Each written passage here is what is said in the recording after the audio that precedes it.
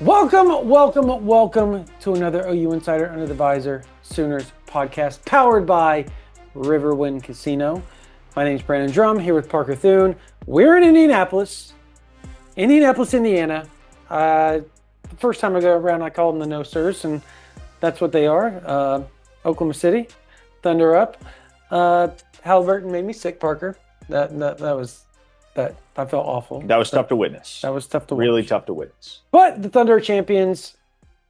But that's not why you're here to watch. You're here to watch because you like Oklahoma football. You like Oklahoma athletics. 2 commits today, Brandon. And there's 2 commits. 2 brand new commits. Both really good football players. I'm excited to talk about them. Yeah. One of them is a 3-star, so cue your 3-star U complaints, of which there have been many on the message boards and on social media and elsewhere. But the other, a 4-star, is a fantastic football player. And the 3-star himself is also a guy that I genuinely believe, Brandon, is going to rise to the ranks of the blue chippers before the end of the year and the end of the cycle. Yeah, I think he and his brother both. You're talking about Jandro, right? So that would be Bo Jandro, yes. Yeah, both Nico and Bo. They have 4-star makeup. Yes, they do. They are absolutely yoked. Incredibly muscular kids. I guess if they you look have like Billy Bowman. If you have a concern with those guys, it's that are they maybe too developed? Are they close to tapped out physically? Yeah, that's a question with Bo. Yeah, admittedly. Yeah. That's kind of a fair concern, but you'd rather have guys. I mean, if you're projecting to the NFL, that's one thing, But Oklahoma, frankly, I shouldn't say they couldn't care less about what these guys do in the NFL, because obviously you want to have NFL stars coming back, ideally after their playing careers or during their playing careers in the NFL, to advertise for your program using their own cases.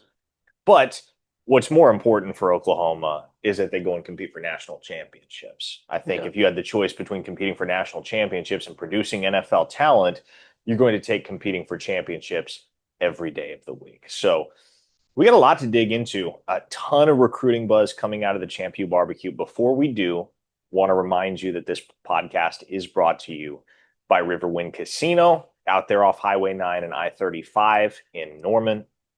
Riverwind Casino is OKC's premier gaming destination and has been for nearly 2 decades. Almost 3,000 electronic games, table games, bars and dining options, plus the best live music in the metro. It's no surprise that Riverwind is always a good time.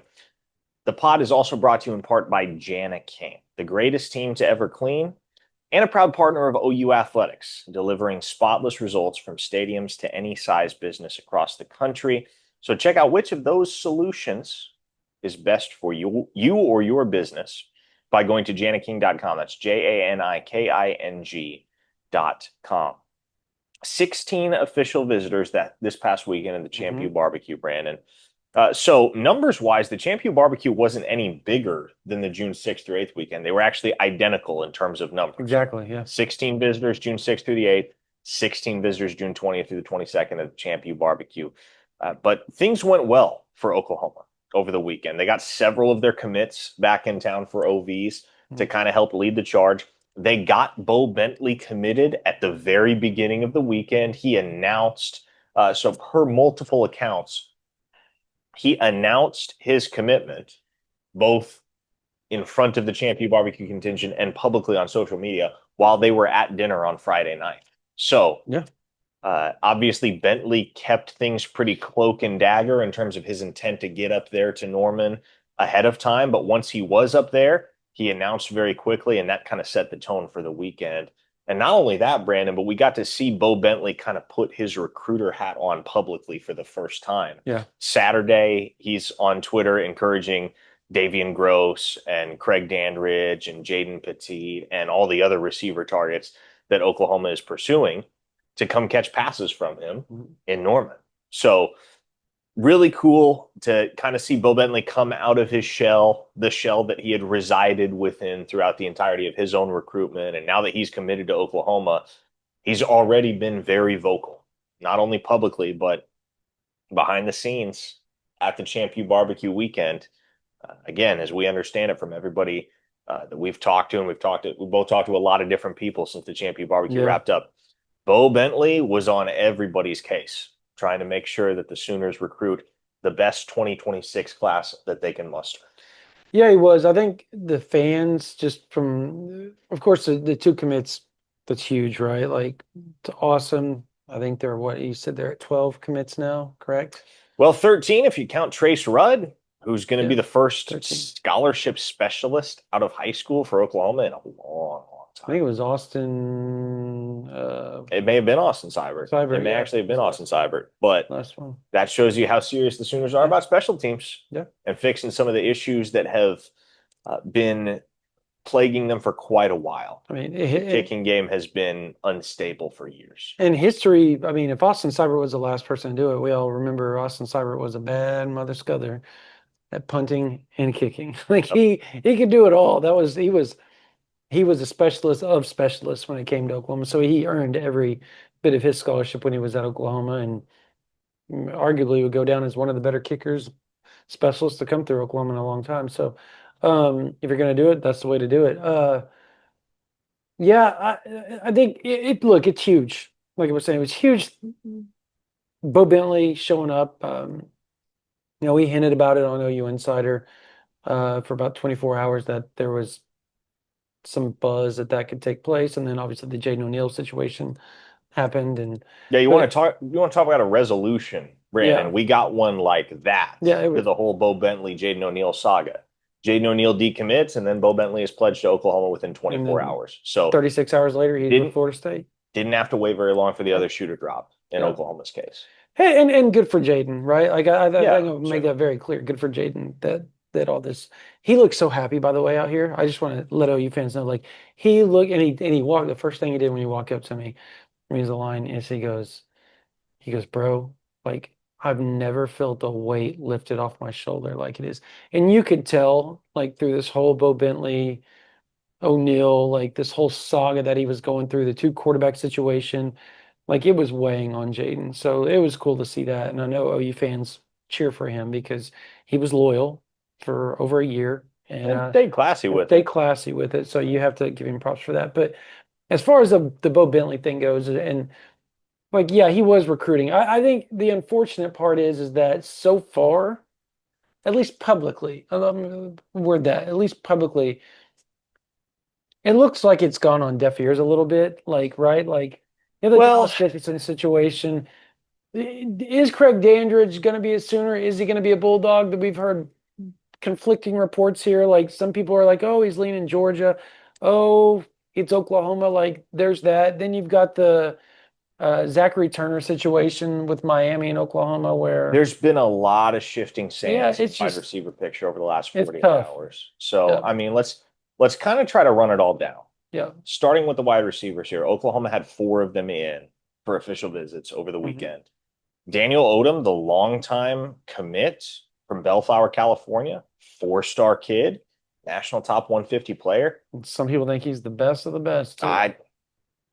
I was very skeptical, Brandon, that they were going to be able to hang on to Daniel Yeah. Odom's commitment, Jaden O'Neal or no Jaden O'Neal. Now, obviously, he committed in the first place in part due to his bond with Jaden O'Neal. They go back years. Yeah.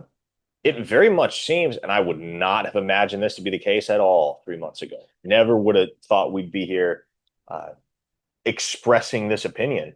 It looks like Oklahoma's going to hold on to Jaden. He was Or I'm recruiting. sorry, not Jaden Oh, O'Neal, but Daniel Odom. It yeah. looks like they're going to hold on to Daniel Odom's commitment. He was recruiting with Bo Bentley on social media this weekend. Like that to me. And look, when you look at it from just an outsider's perspective, it's weird. You got to think about it like, so you commit to Oklahoma because of Jaden O'Neal, right? Your friend. You played Little League together forever, won titles together throughout Little League and like travel ball and all that together. You're super close friends. They move on from Jaden O'Neal or however you want to view it, whatever. Sure. He goes to Florida State, and you show up the weekend that Jaden was supposed to be there with another quarterback that commits while you're there, and you're recruiting with him. So that was, it felt weird, but it seemed like it was very seamless as far as the transition went between quarterback to quarterback. And I think if you're a wide receiver, it's business. And I think that's that's the way it has to be. Like, who's going to be throwing the ball? So you're getting somebody else that's really good that's going to throw me the ball? Okay, I'm good with that. And so you can tell they kind of built a bond, or maybe they were building a bond behind the scenes that we didn't know about prior to him showing up. Like, there's a lot of things that we don't know yet, Parker. Like, we really don't. Like, because the Bo Bentley thing just happened, right? Like, it was an up in the air thing up until this past week. So that's good. Like, and there's a lot of people that think Daniel Odom is arguably the most talented wide receiver that Oklahoma's recruiting. Like, there are people that believe that. And you got So Davion Gross is in this as well.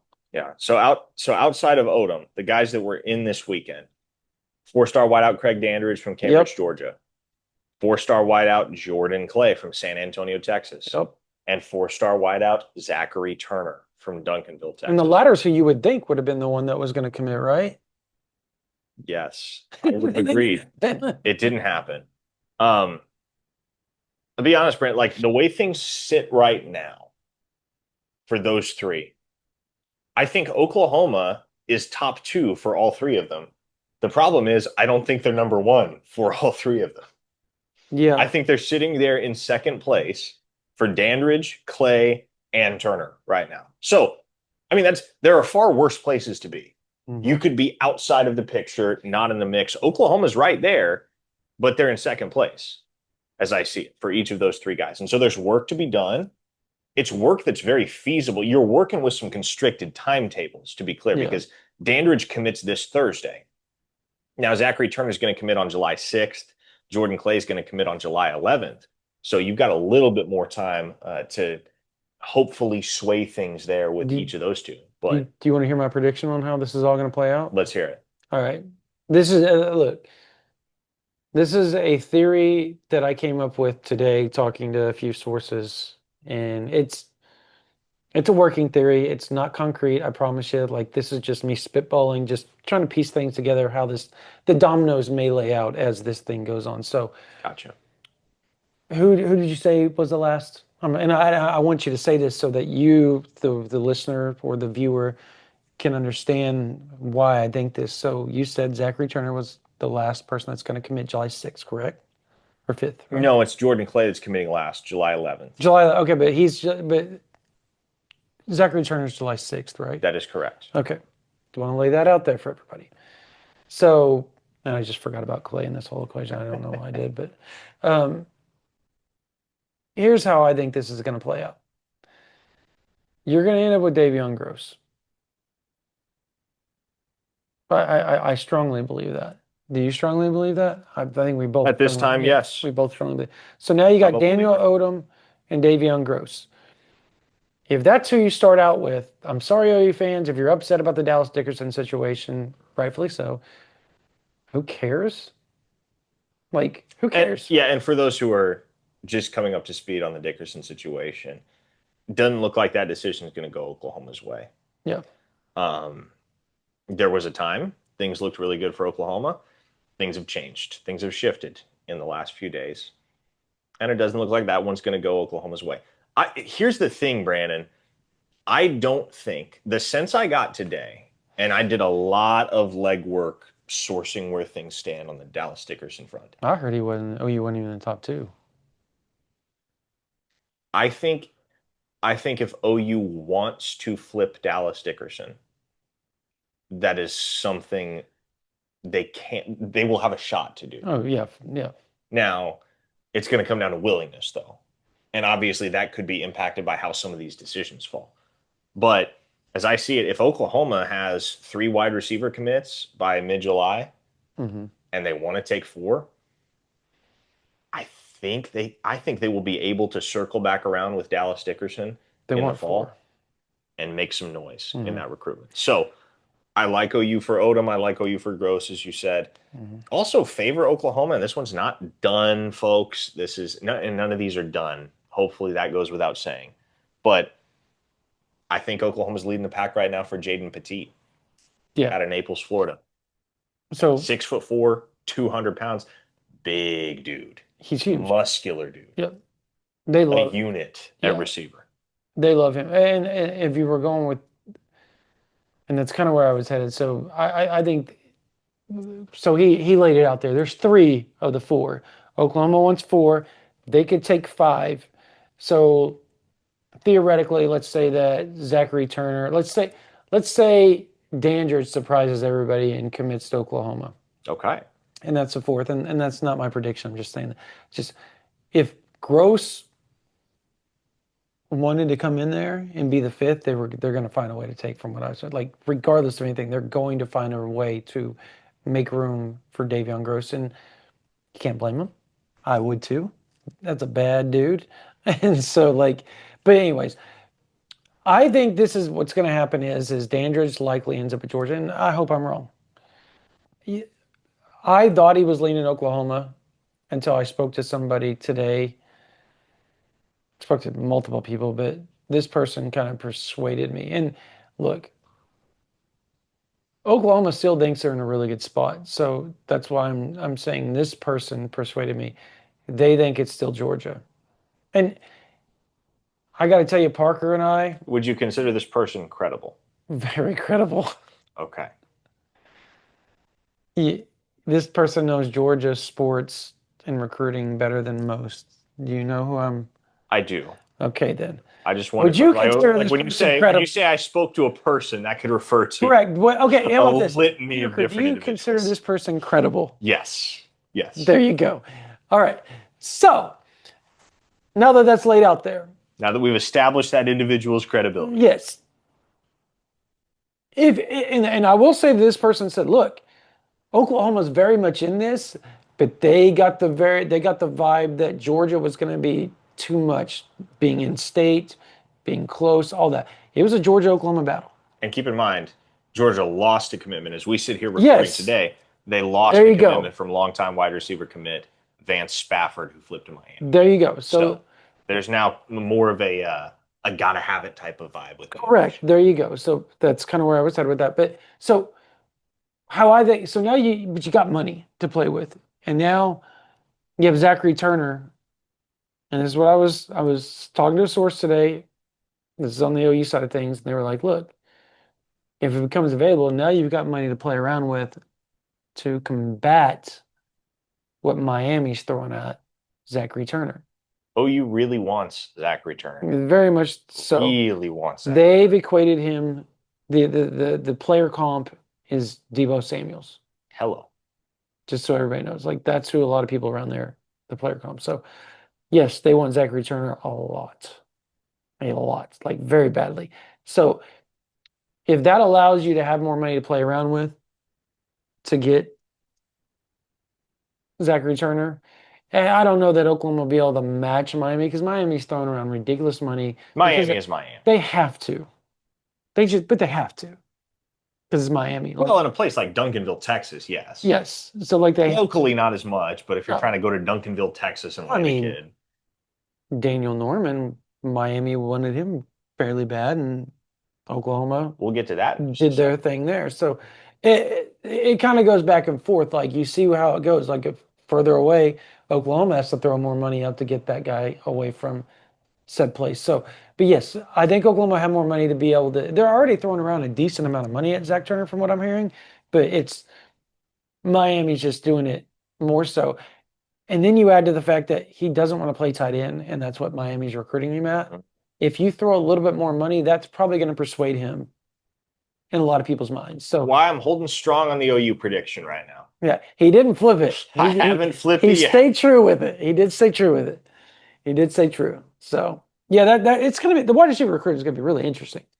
This whole thing is gonna be fun. There's a lot, and it's already been moving parts. It's been a highly fluid few days. Yep. It has the potential to be a highly fluid couple of weeks ahead for Oklahoma. But the wide receiver class is going to take shape. It's gonna be good regardless. There's a bunch of announcements that are going to drop here within the next several days. Obviously, one came down today. Oklahoma looked like the leader in the clubhouse for four-star cornerback Danny Odom out of Orlando, Florida. Looked like he maybe was going to shut it down after the OU visit and just lock in a commitment. Nebraska. Nebraska convinced him to finish out his OVs. Nebraska made the last impression count. It is Nebraska that got his commitment today. So that one is out of the way. On Tuesday, doesn't look like Dallas Dickerson is going to go Oklahoma's way. Doesn't look like that decision is going to favor OU. Also doesn't look like Desmond Green's decision is going to favor OU. Now, the latest I heard as we sit here recording tonight is that he has not yet informed the staffs of his decision. Mm-mm. Now, on the OU side, what they have said, what I've been told in communicating with sources close to the program is that they don't consider themselves out of it for Desmond Green, but there would be an element of surprise if he did choose OU at this point. So They liked where they stood after the OV, but like South Carolina is swinging a big stick there, and so is Georgia. as is Florida as well. Yeah, in Florida. Yeah, So just the local, the regionals. Yeah. Yeah, it's regional. one decision that does look like it's going to go in Oklahoma's favor, at least as of now, is that of four-star offensive tackle Deacon Schmidt this weekend. He commits Saturday, and that's one that Oklahoma has got to have because really there are no other offensive tackles in the picture for OU right now. He was the only offensive tackle that OV'd. Felix Ojo obviously dropped his OU official in favor of Utah, and so Schmidt was the guy for Bill Bedenbaugh at tackle. Now, they got Noah Best locked in on the interior.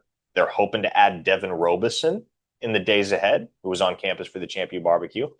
But Schmidt was the only tackle that Oklahoma pursued during OV season. And it looks like they're going to be able to bring that one home. They're battling Alabama, Colorado down the stretch. But it would appear Oklahoma has the inside track. So that's another commitment that appears to be right there on the horizon for OU. And let's talk about the two that came down today. We dug into Bojandro a little bit. That one was fully expected. Yes. As I tweeted, probably the most predictable commitment coming out of ChampU BBQ weekend. His twin brother Nico had been committed to OU for 6 weeks. Everybody, genuinely, Brandon, I'm surprised Oregon and Texas even spent the money to bring him in on an official visit because what are the odds that kid is going to go his own separate way from his twin brother? Yeah. But at the end of it all, he does pick Oklahoma. 6'1", 215 pounds. Hamilton High School down in Chandler, Arizona, won a state title this past year. Yeah, they're a power. He is athletic as hell, man. And absolutely jacked up physically, as we discussed. There is a lot to like about Bojandro as a prospect, and he offers immediate potential to see the field as a true freshman if he is cognitively ready. And that's always kind of the bigger question with the Brent Venables linebacker, right? It's not necessarily are you physically ready. We know for a fact Bojandro is physically ready, and he will be physically ready. Schmitty will not have to do a whole lot with that kid. No. Can he be cognitively ready to see the field as a freshman? If so, there's not going to be anything holding him back. And so that's a huge pickup for Oklahoma. Huge. The one that maybe was a little bit more surprising, although not so if you've read OUinsider.com, because this kid named Oklahoma his leader all the way back on May 7th in an interview with us. He'd held the OU offer for less than 72 hours at that point. But Daniel Norman, the four-star defensive end out of St. Thomas Aquinas High School in Fort Lauderdale, Florida, is a Sooner as of today. 6'4", 230 pounds. OU was quite literally the last school to offer him. They were the last school to offer. Offered in early May. Miguel Chavis went down there, did an in-person home visit with Daniel Norman, pitched OU. It was met with very positive reception on the part of Norman and his folks.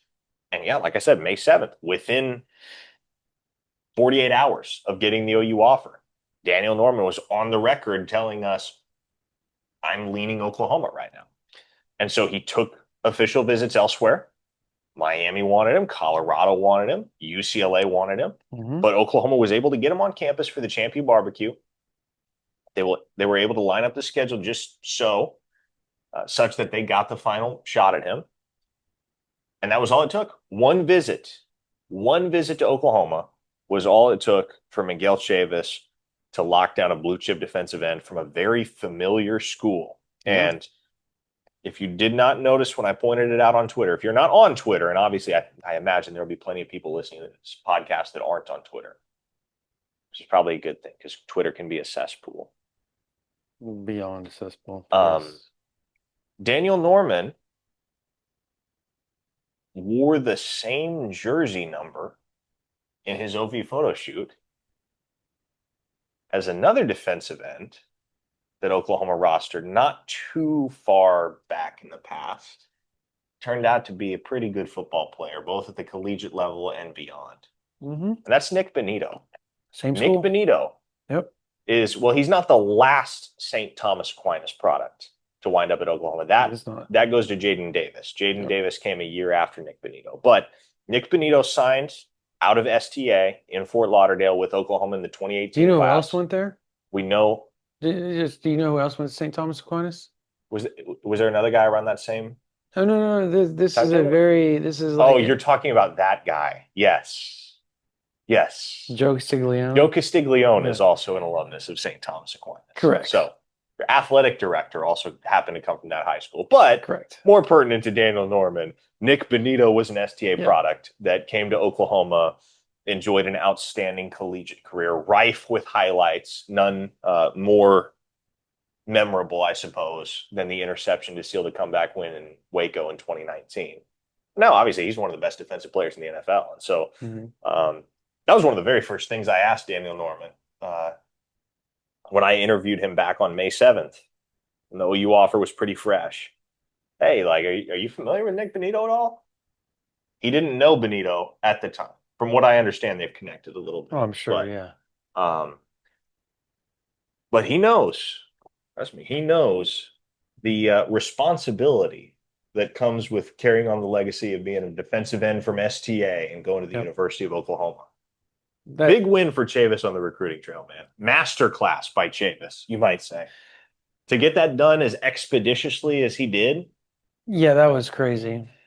One visit from, I mean, you're talking about nearly 2,000 miles away. Like that's wild. That's wild stuff. Well, and again, OU was the last school to offer. Yeah, well, and I want people to understand this, why he keeps harping on that, because let's go through his offer list of just people that recruit him, like they actively recruit him. Miami goes without saying, being from Fort Lauderdale, going to St. Thomas Aquinas, they live essentially at that school. Colorado, you talked about. UCLA, you talked about. Georgia Tech, Kentucky, LSU, Minnesota, Mississippi State, Missouri, Penn State, Syracuse, West Virginia. Like, my point is that he had options. He had plenty of options and really good options. So like everybody was recruiting him, and they liked him a lot. There's a reason why. All you have to do is watch his film. Like, he's a dog. Like, he's a dog. He has. I mean, what is he? 6 foot. 6'4", 230. 6'4", 230. So yeah, he's got the frame to put on weight. Like, I think that's the other thing. Let's say, and I'm not saying this is what's going to happen. Let's say he gets to Oklahoma and his body really takes the Schmitty's strength and conditioning class and nutrition, and he's within 2 months. And let's say he shows up at the end of his senior year at 250. I mean, there's a reality that he could be 280, 290, 300 pounds before he leaves Oklahoma. And at that point, you're looking at a 3-tech. Yeah, and he would be a stud at 3-tech. I think the more likely scenario, at least in the immediate future, is that he's more your 265, 270 pound, hand in the dirt, 4-eye, 5-tech. Yep. Yeah, defensive end who's setting the edge in the run game, playing that strong side, and ideally pairing with a guy on the weak side that can just raise hell getting after the quarterback. It won't be our Mason Thomas at that point, obviously, but something very similar though. Yeah, there will be candidates. There is a candidate, and he's here right now. I talked to him for a long time. His name is Jake Krell. He's the number 27 overall player in the country. Pretty good. Pretty he's put on some really good weight, by the way. Like, he's actually gotten taller too. He has. I know that. Like, that was actually noticeable. Yeah, and he looked us almost in the eye last year. He's like 2 inches taller now. Yeah, it's kind of impressive. He looks. I guess the best way I can put it is, last year, if you didn't know any better, you would have thought he was a linebacker. Yep, because he didn't look tall enough to be a defensive end. He looks like a defensive end this year. Yes, he does. He's put on Well, he's put on a couple inches, and like height is something of which I am very cognizant. Like Mhm. I tend to be pretty scrupulous when it comes to height because the more you hang around in this industry, the more you realize pretty much everybody lists their height as Yeah. an inch or two, if not 3 inches taller than they actually are. Yes. And so Jake Krell is listed at 6'3". He's probably, He's yeah, a he's legit legit. 6'3", verging on 6'4", I would say. Yeah. So the And size is not a concern, not remotely. uh, I'll say this, just in talking to him, I really, really, I got a sense that he's getting tired of the recruiting process. Um, and everybody wants to make a big deal about he didn't do the horns down in the photos. And it was made a big deal. Look, I had multiple sources talk and bring that fact up. So, of course, I asked him about it. And he said, look, before I left Texas, they asked me not to do that. And he said, out of respect for the schools that are still recruiting me, I didn't want to upset them because you never know how all this is going to play out right now. That said, I I do also get a sense that Oklahoma's in the catbird seat right now. I think Florida is in a decent spot, and I think they're pushing Oklahoma pretty hard. I think the fact that Coach Clark, who was at Ohio State, is now at Texas, I think that puts Texas in a position to make a late push. And I think they're going to, obviously, they're going to try. Yeah. You have to with him. Yeah. He keeps talking about Colin Simmons and how that similar body type, similar playing styles, all that type of stuff. But he also talks about R. Mason Thomas in the same vein, where they're very similar and all that. And so um, it it's gonna be fun to watch how this plays out. But there was talk of October being the decision timeline. But I'll just say I'll actually quote him. He said, "I would rather it be sooner rather than later instead of that." So Pun intended. I almost asked that, but I reared myself back and didn't do it because I thought that would probably annoy him if I did that. Sure. But yeah, he genuinely loves Coach Chavis, like loves Coach Chavis. As a matter of fact, he said they were first big offer. They were the school that put him on the map and made him who he is, and he will be forever grateful and thankful for that. And he even said, going to Oklahoma, I didn't have a lot that he wanted to see because he's been there so much. He's like, I've been there so many times. I think he said close to 7 times he's been to Oklahoma. And being from Florida, making that trek to Not a short Oklahoma, trip. not a short trip. In our world, we see that and we're like, okay, well, there's some validity of what's going on here. You follow the visits. And so, and the fact that he made Oklahoma his last visit, Yeah. also very interesting to me. So, look, There's a lot of confidence a on the OU lot side. of confidence on the OU side right A now. lot of And confidence they'll you get it talk done. to the national people that have no bias, and they'll sit there and they'll say Oklahoma. Yep. So I think it's Oklahoma until otherwise. Oklahoma till it ain't, as we Yep. like to say. Yep. So, what a defensive end class that could potentially be for Miguel Chavis, because kick things off with Matthew Nelson, who, as we know, is a little bit more of a project. Ceiling is through the roof. And he's got a brother that's insanely good Through the player. roof if he's developed properly. You add Daniel Norman today. The Sooners Yeah. appear to be in a really, really good spot with one of the more underrated edge rushers from down in the Sunshine State. Miguel Chavis apparently just living down there in the 26 class because Hmm. they're in really good shape with D'Anthony Lafayette from Lake Nona High School in Orlando, who had 16 and a half sacks as a junior. Yeah. Fun prospect on tape. He's only 6'1", but has long arms, real beefed up 240 pounds, can win with speed, can win with So the power. whole defensive line class could be from Florida Most to it outside of maybe because one guy or two guys, I guess. Brian Matthew Harris Nelson. is from Yep. Florida. Yep. Daniel Norman's from Florida. Hmm. If you landed Jake Krell and Anthony Lafayette, 2 more Floridians. And then you would potentially, well, you have Matthew Nelson in there, and there's one from South Carolina that you may end up with. So, is it Georgia or South Carolina? South Carolina? Who are you talking about? T-Ron? T-Ron. He's South Carolina, right? He is from Hopewell, Virginia. Virginia. Why do I always think South Carolina? I'm very interested to see what comes to T-Ron Richardson recruitment. I would be lying if I said I had a tremendous handle on where that one is headed. The sum of the intel thus far points to OU as the leader.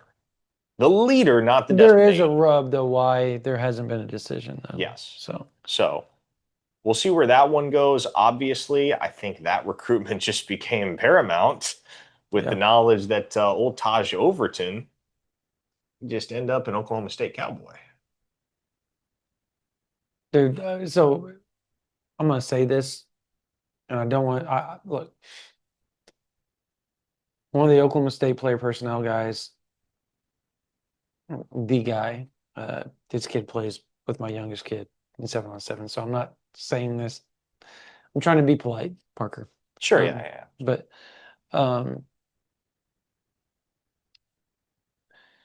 they're doing a lot of this stuff like in a world where you're not trying to one up Big Brother for all intents and purposes.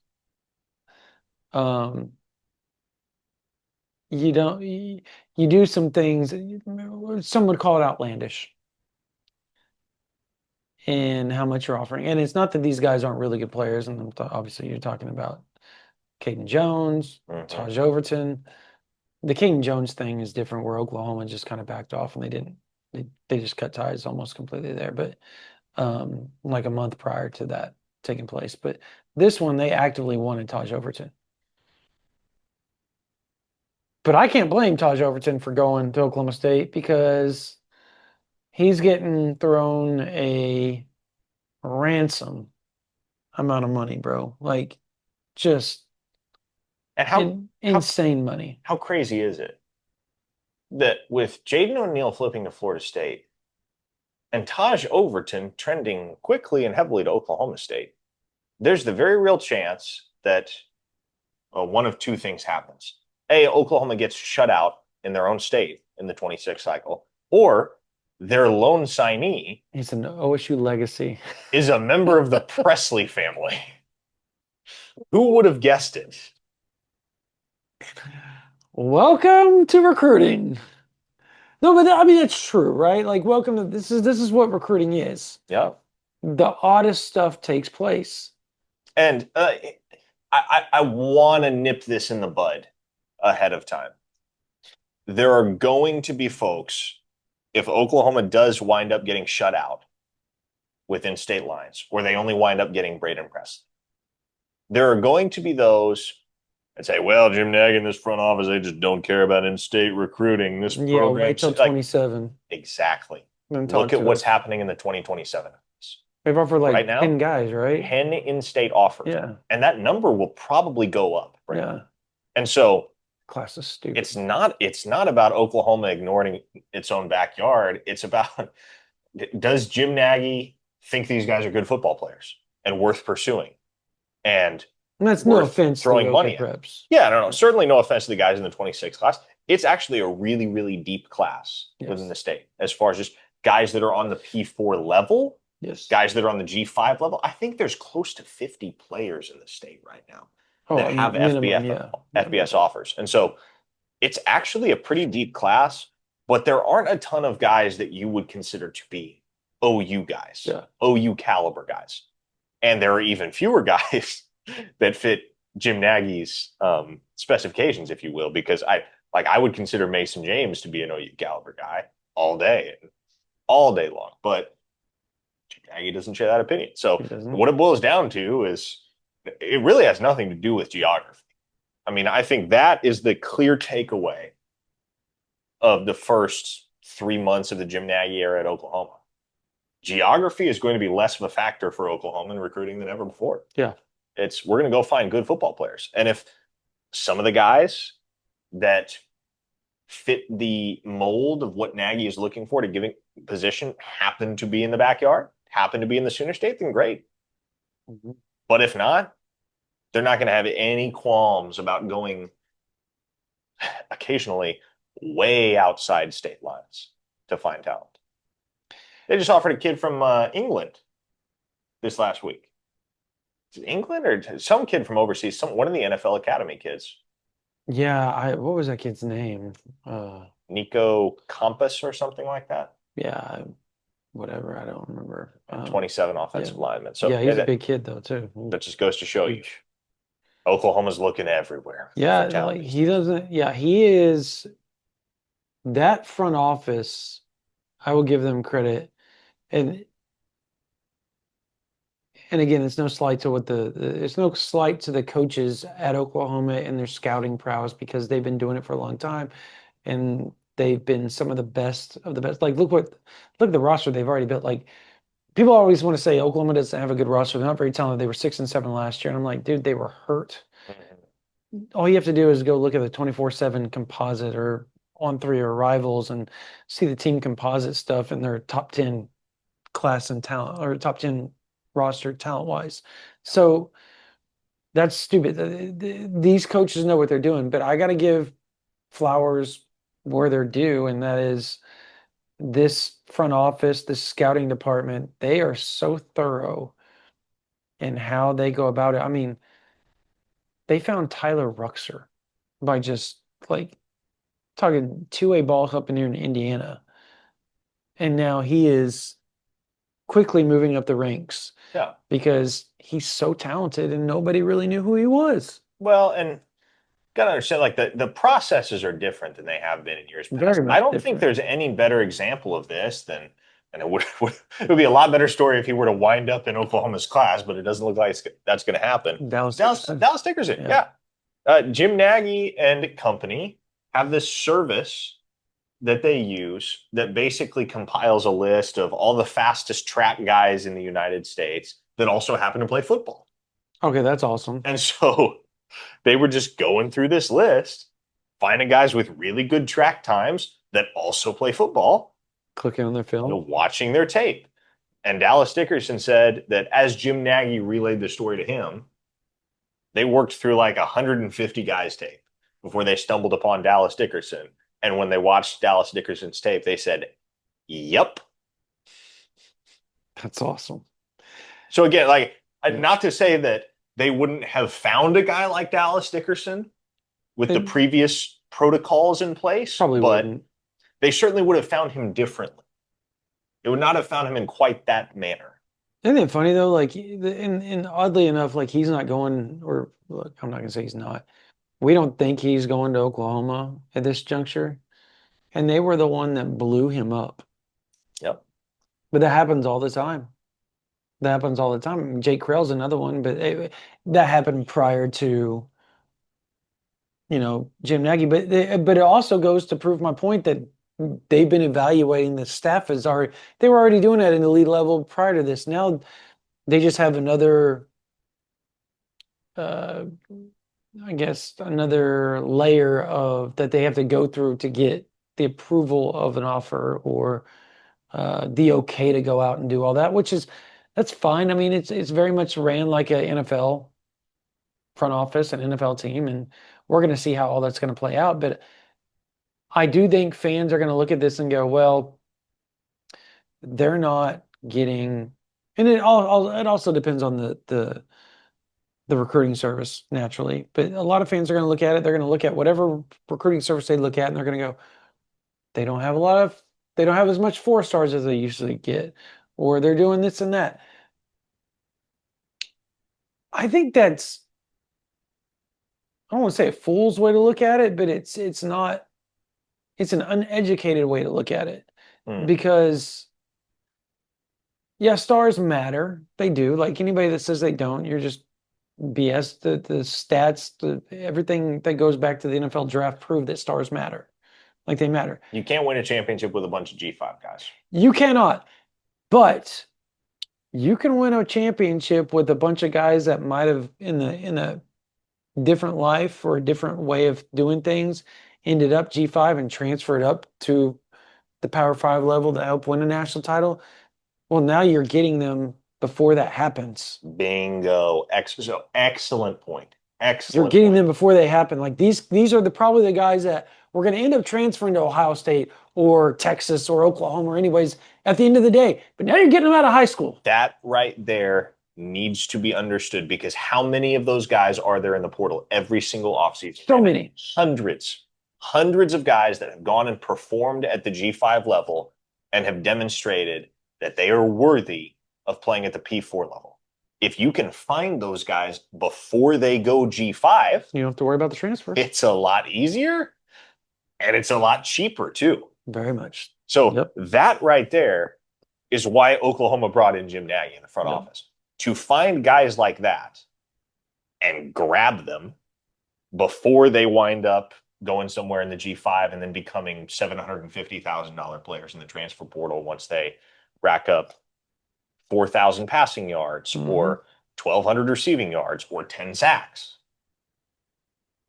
I mean, that's the reality. It doesn't mean that Oklahoma's not going to go out and still go after 5-stars. They are. They're going to end up you end up with Jake Krell, you're going to end up with probably a 5-star. Well, and like look at Oklahoma's current crop of commits. And Bo Bentley may end up being a 5-star when it's all said and done. Consider how many of those guys have already risen to blue chip status since Oklahoma offered. Brian Harris was a low 3 when Oklahoma offered. Dude, all you have to do is watch that film and know that that's ridiculous. Yeah, he's already a 4. Daniel Norman was a mid-grade 3. 5. Yeah, even on our official visit, we have him down as a 3-star because we never changed it. He's a 4-star now. Yeah, he's a 4-star now. Yep. Bo Bentley had yet to receive his rating. When Oklahoma was the first big school to offer him. Now, there are those who would fight you on that statement, but I think for the most part, they were the first blue blood to offer. Yeah, there you go. Yeah, they were the first high major offer. He had Power 4 schools. None of them had Oklahoma's level of prestige. Right. So, and to be fair, that was before Naggie. That was Arbuckle making that eval. But you get the gist of it.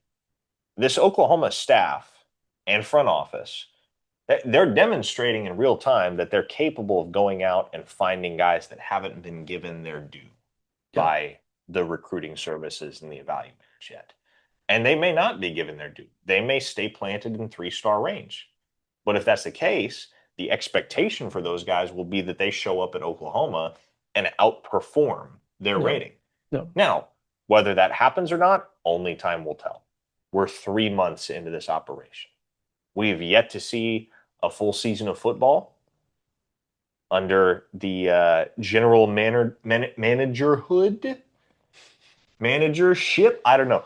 Under Jim Naggie's executive direction, we have yet to see a full season of OU football. And I'm not even really sure how much you'll feel Naggie's impact in 2025 outside of whatever you get from Jaden, right? Because Naggie's influence hasn't really been exerted. O-line, you probably feel that. Yeah, Michaela, sure. But save for the occasional and anecdotal case study here or there, Naggie's influence hasn't really been exerted on this roster yet. Well, wide receiver too, yeah. The way you will feel it in 26 and that's true.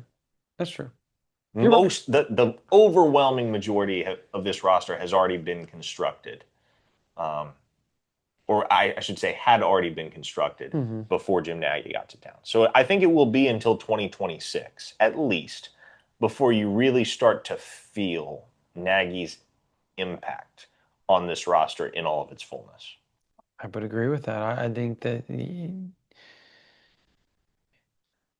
think you're going to see 26 probably be a class where he's just kind of getting his footing. And to Jim Naggie's credit, I've talked to him quite a bit, and at camp he was like, dude, I'm still learning this whole high school, college evaluation thing. People are walking and he's asking me questions what are you looking at, what do you see in here, and how do you go about looking at this and that. And it's not that I know, I'm looking at, or Parker knows what he's looking at, or anybody else in the industry knows more than him. False. I know what I'm looking at. I know we know what we're looking at, but I'm saying we definitely don't know more than him. Jim. But we've just been looking at high school kids longer than he has. So he's wanting to get just what we see and maybe put it in his repertoire of already understanding of evaluation and to help him and to help Oklahoma. Like, you got to respect that. I respect that. Like, for somebody that's been a scout and one of the top scouts for 20 plus years, for several decades in the NFL, to be asking people that he probably never thought he would cross paths with, like, what are you looking at? What do you do here? Like, what are you looking at here? Blah, blah, blah. Like, that to me shows that he's going to be successful. Like, at the end of the day, he's going to be successful. And so I think OU fans don't look at it from I would say this class don't look at it from a rankings perspective as far as like team rankings perspective. We still think they're going to end up between like 8 and 15. Like, I think that's probably the range Oklahoma ends up with at the end of the day. But I think 27, I think Oklahoma has a chance to really take off with recruiting in the 27 class, Parker, like really take off. And I think because they're going to find their footing, the NIL landscape is going to change a little bit more, and there's going to be a more of a balance, if you will, if they actually do what they say they're going to do. And that's the key. It's going to start in 27. It's going to start with 4 recruitments in particular. And if you can build around this nucleus, Peyton Houston. you will have an insane class, the potential for an insane class. Peyton Houston is the first and very obvious. Obvious. And then 3 guys in the local radius that are all nationally coveted, very highly regarded prospects. 2 within state lines. Cooper Hackett. And Caden Penny. Yep. And that big old defensive lineman down there in Cedar Hill, Texas. Jalen Brewster. Yep. You can win those ones. I would say Gabriel Osborne is going to be way up there too, with Georgia and Oregon starting to kick the tires around there. And I would assume he's probably going to have about 20 to 30 offers when it's all said and done. And you watched it. We watched him run his 40. We've seen what we've seen with him. He's probably going to be a top 100 kid. He's highly athletic, very unpolished, highly athletic. Stupid athletic. You probably have to throw. I would say 5. I would throw him in there, and that. And what about Titus Hawk? He plays tight end. I understand that. And not to de-emphasize the importance of the tight end position, but I think in this day and age, he's so good though. Yeah. I don't know whether I would consider that one to be as important as the trench guys, the 3 that I mentioned, Hackett, Penny, Brewster. Yeah. No, I agree with that. I agree. Brewster, if they can somehow pull that off, and I think that's one they'll throw out. What do you want? Okay, cool. Take it. Because he's that good. He's that good. I've heard several folks assert that he is better than David Stone was at that point in his development. I would agree with that. There's a case to be made. He's more refined. Yeah. This is prior to David Stone. IMG David Stone is what we're talking about. That would be prior to IMG. That IMG David Stone was a bad man. That was a bad dude. So yeah, I don't know about that guy's different. But anyways, we got Rivals 5-Star Challenge tomorrow. We did media day today. There's going to be a lot going on. I'll have a Drake Krell notes coming up. I've got some Tyler Ruxer notes coming up. I got a lot of notes coming up. Parker's got it. We're going to have a lot of evaluations that we're going to have. We're going to talk about, the top guys here or there that we saw at the Rivals 5-Star. You're talking about like some of the top 100 players in the 26 and 27 class, all colliding right here in Indianapolis. It's going to be a fun day tomorrow. We cannot wait to talk about it, do all sorts of stuff. I'll be on the road tomorrow. Parker will be on the road tomorrow after it. But we'll get back with you guys with another podcast and another live over the next week or so to talk about everything that's going on there, to talk about the world of recruiting, as the avalanche for recruiting is picking up, and it's picking up really, really fast for Oklahoma. So make sure you're in tune with us on OU Insider VIP, because it has been awesome. Folks, I'll stand on it. I believe it to be 100% true. And I welcome all of you to come and see for yourself at OUinsider.com. I think we do the best job covering recruiting in the market. Mm-hmm. And I think it is pretty objectively true that we will inundate you with the most recruiting coverage. Yep. We know what's going on. We'll let you know what's going on. We'll talk to these guys. You'll get interviews. You'll get to hear from the horse's mouth. None of it seems like this or it feels like this. No, you want to know what's going on. OU Insider is the place to be for Oklahoma recruiting information. There you go. PT said it. All right. Hey, look, and if you want to do that, look, you can go to OUinsider.com.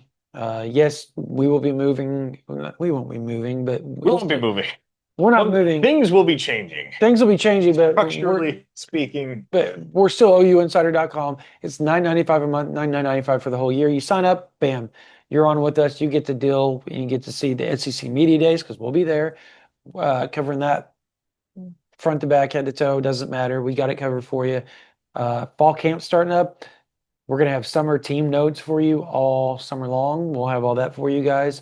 Plus, if you want to, like you said, if you want to stay ahead of recruiting with everything that's happening, there's so much news and the board is hopping like is. So I'm looking, there's like 5 or 6 people starting their own threads and they're just 20, 30 comments going left and right. And people are commenting, bickering and having fun with. It's a fun time with the community. So go there. It's a blast. There's thousands and thousands and thousands of OU fans already on there. It's a fun time. Commitment season is great. It is sport activity because half the folks are thrilled that Oklahoma's landing commitments on top of commitments, and the other half are pissed off because the commitments aren't good enough. Welcome the players, to fandom. The players that OU's getting on the recruiting trail aren't good enough. But every year, without fail. Without fail, but that's the first world problems of being a blue blood fan. So, or a fan of a blue blood. So yeah, $9.95 a month, $99.95 for the whole year. It's great. Like I said, SEC Media Days, fall camp, the season's rolling around, the commitment avalanche, all that type of stuff. Oklahoma may get in on some 2027 guys that may be popping early. We don't know, but we'll have a cover for you. That's for sure. OUinsider.com. Join us. Thank you guys for watching this video. That's going to do it for this version of the OU Insider Under the Visor Sooners podcast powered by Riverwind Casino. For Parker Thune, Brandon Drum, you guys have a blessed night.